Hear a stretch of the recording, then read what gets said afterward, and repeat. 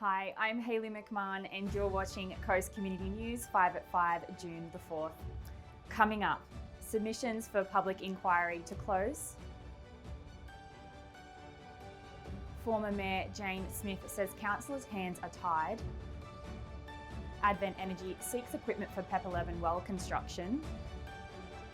Terrigal BMX track reopens. And a reconciliation week on the coast.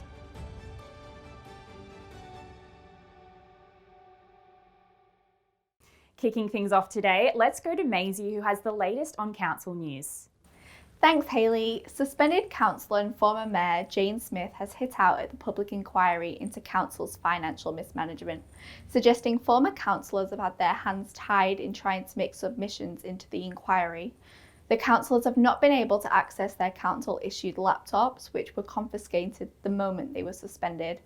Smith said the process of applying for information under the Government Information Public Access Act process was completely unworkable. We sat down with Jane earlier this week. Here is what she had to say. The time frame on a GIPA application is 20 working days, so that's a month before the council has to respond to your request. When they do respond, like you've just suggested, you might ask for one thing and then remember something else that you wanted access to. So then you have to put in another GIPA application that could take a month. Now, I understand that the administrator and the CEO have said that they, are trying to respond to things in a timely manner, and they've encouraged councillors to put in a GIPA request. But really, the other thing that they have said is if you're asking for information that references somebody else, suppose you ask for a record of a meeting that had 3 people in it, then they have to go to those other people and get permission to release that information. CEO David Farmer has said that council will release information on their website soon, and it will be made available to all parties. The public, along with the suspended councillors, have until June 21st to submit their thoughts to the public inquiry into council. And Council Administrator Rick Hart has accused the state government of neglecting council's restricted funds. Beggar's belief was how Hart described council's change in how it reported its restricted funds, a change made without legal advice. Here is what else was said at Tuesday's extraordinary meeting.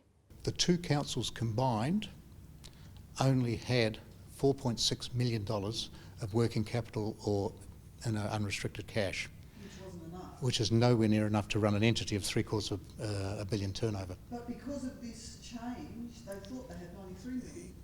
You could have thought that, yes, but I don't think anybody thought about using, because that's why I raised the point that I asked the Auditor General's office, could I actually spend the money? And they said yes.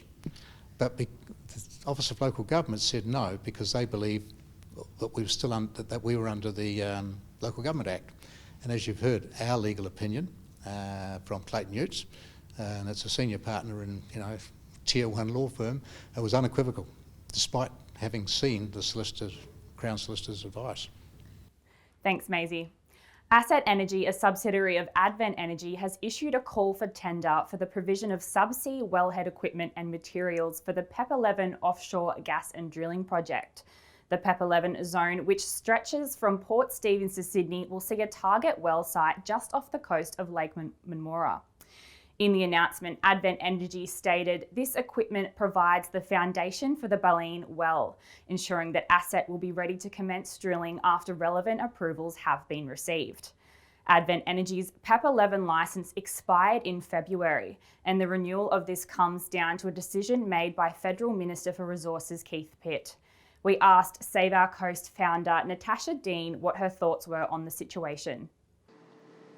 It's disappointing and shocking that the proponents of PEP 11 intend to push forward with their plans despite the licence having lapsed and no decision made yet concerning the renewal. Obviously, we welcome the fact that Minister Keith Pitt is carefully considering the future of the coast that we all love, but a delay in cancelling PEP 11 places communities under severe stress. It also sends a message to the oil and gas companies that they can continue business as usual. And the Terrigal BMX track has officially reopened with new reshaped jumps, asphalt berms and synthetic surfaces aimed to boost the experience for bike enthusiasts. The redeveloped track is a part of Central Coast Council's and the state government's Duffy Oval Recreation Precinct Revitalisation project. We spoke with Parliamentary Secretary for the Central Coast, Adam Crouch, about the upgrades. Really delighted. Through the Stronger Country Communities Fund, the state government contributed $300,000 to upgrade the BMX track here at on the Central Coast in Terrigal. To that, what we're seeing is a massive turnout of numbers for people competing in cycling. At a normal competition, we're getting up to 700 cyclists attending the track at Terrigal. So again, this is one of those reasons it's very heavily utilised, a growing sport, growing in popularity. So we're talking hundreds and hundreds of competitors coming from all over the state. And again, that's also a great economic boost to the region of the Central Coast. Now let's see what happened on the coast during Reconciliation Week. Back to you, Maisie. Thanks, Hayley. Local charity Coast Shelter held a walk along the Gosford waterfront on Tuesday to help mark Reconciliation Week. Coast Shelter staff, clients and fellow community members all joined in on the walk before being greeted by dancers from the Glen who performed a First Nations dance. Reconciliation Week aims to commemorate the shared histories and cultures between all Australians and First Nations people. This year's theme of More Than a Word, Reconciliation Takes Action urges the reconciliation movement towards more impactful action. And now over to sport with Hawk. Thank you, Macy. It was an unexpected disappointment for the Mariners on Tuesday night at Central Coast Stadium when they lost 2-0 to F3 Derby side Newcastle Jets. The energy was there for the boys in yellow, but not the composure, and it wasn't long before an opening goal was pinched by ex-Mariner Roy O'Donovan on a quick counter-attacking move. A second followed for the visitors only 5 minutes later, breaking the confidence of their southern hosts and almost breaking Daniel Hall's neck in the process.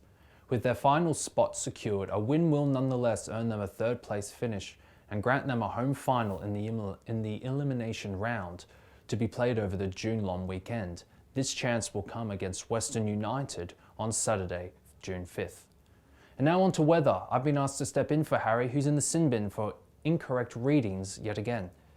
It's shaping up to be a sunny weekend with no chance of rain, but don't let that fool you, as that chilly winter breeze will cool down both days. Saturday will start off with a minimum of 9 and reach a maximum of 17. The day will be partly cloudy with winds southwesterly 25 to 35 kilometers per hour, decreasing to around 15 to 25 before dawn. Sunday will be another frosty morning with a minimum of 5, but will reach a max of 18 degrees, turning sunny with some light winds. Back to you, Hayley. Thanks, Hawk. All of these stories and thousands more can be found on our website or in this week's Coast Community News, Coast Community Chronicle and Pelican Post. And remember to subscribe to all of our socials for updates throughout the week. We leave you today with a chat we had with Sergei Golikov, a filmmaker who recently relocated to the Central Coast. Falling in love with the local beaches and the genre of surfing films, Golikov has taken some breathtaking shots of the coast's best beaches. We looked at some of these films as well as a snippet from his documentary, A Piece of Russia. We hope you enjoy your weekend and we'll see you next week. An avid visual person shooting things before. I've always shot personal projects wherever I go, documentaries, etc.